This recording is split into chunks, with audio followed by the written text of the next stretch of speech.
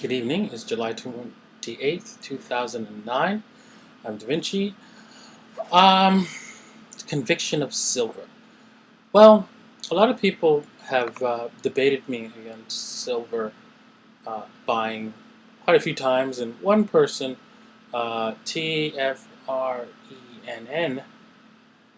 um, asked the question. Okay, just one question: why is silver has not reached a new high in the past 30 years with all this inflation? Well,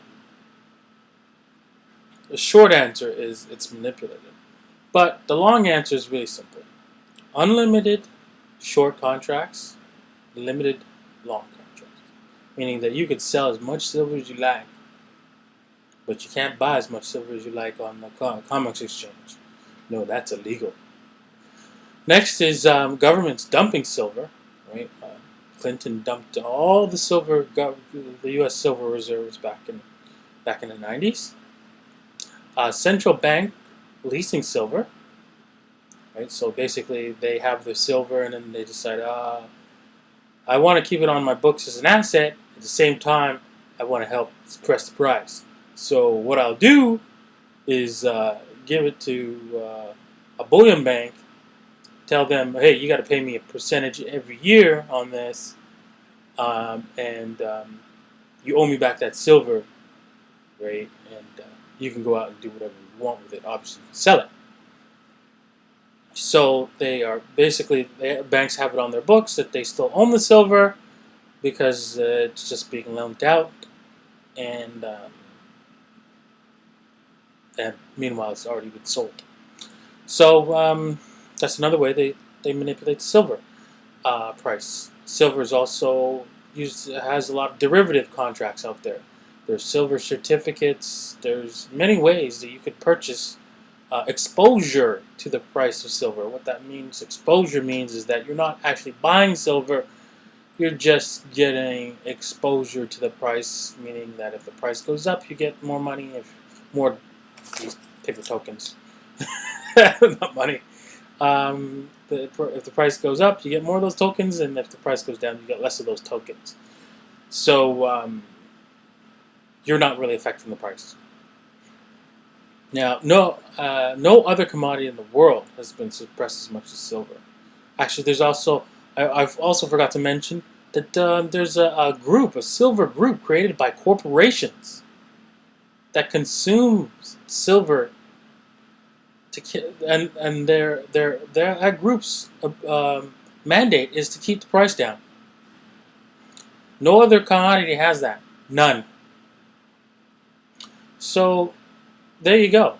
There's a list of reasons why silver is being kept suppressed and why it's going to explode to the upside. I mean, we might even see, who knows, we might see a melt up, like a collapse upwards, right? Where silver goes to infinity instantly, right?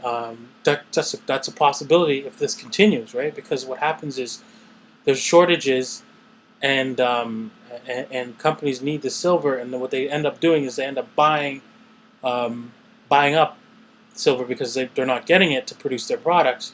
So they decide, okay, well, I'm just going to buy a whole bunch, and then this becomes a self-fulfilling cycle where all of a sudden every company is trying to stock up, and then there's no silver. Well, there's silver, it's a shortage, and then the price just goes bananas. So, anyways, finally, because as a testament to the fact that silver is manipulated and being suppressed, every commodity price obtained a record highs as of March 2008, except silver. So, be ready. Get your silver and be ready. Now, in the short term, of course, everybody wants to know exactly when this is going to happen. Um, everybody, here's the problem, right? With that, if you if you know somebody's running a Ponzi scheme, for sure you're able to make money on that Ponzi scheme if you can get out before the Ponzi scheme collapses, just like J.P. Morgan Chase did in August from the Madoff funds. So obviously you made money. You made your 13%. As far as you're concerned, no Ponzi scheme until it actually collapsed. Now you can continue to live that way, which most people do believe. Most traders believe that, hey, this dollar is for real, whatever. It's a Ponzi scheme, and it's clear that it is. And you don't know when it's going to end, right?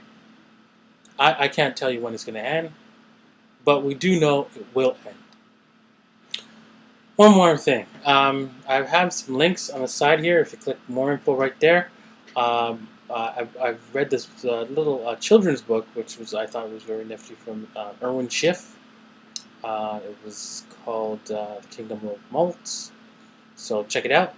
And also, another interesting link I have found is the basically a list of 25 news articles that have been ignored from the mainstream media, and I feel that you should also check that out as well. So that's it. Thanks for watching my video.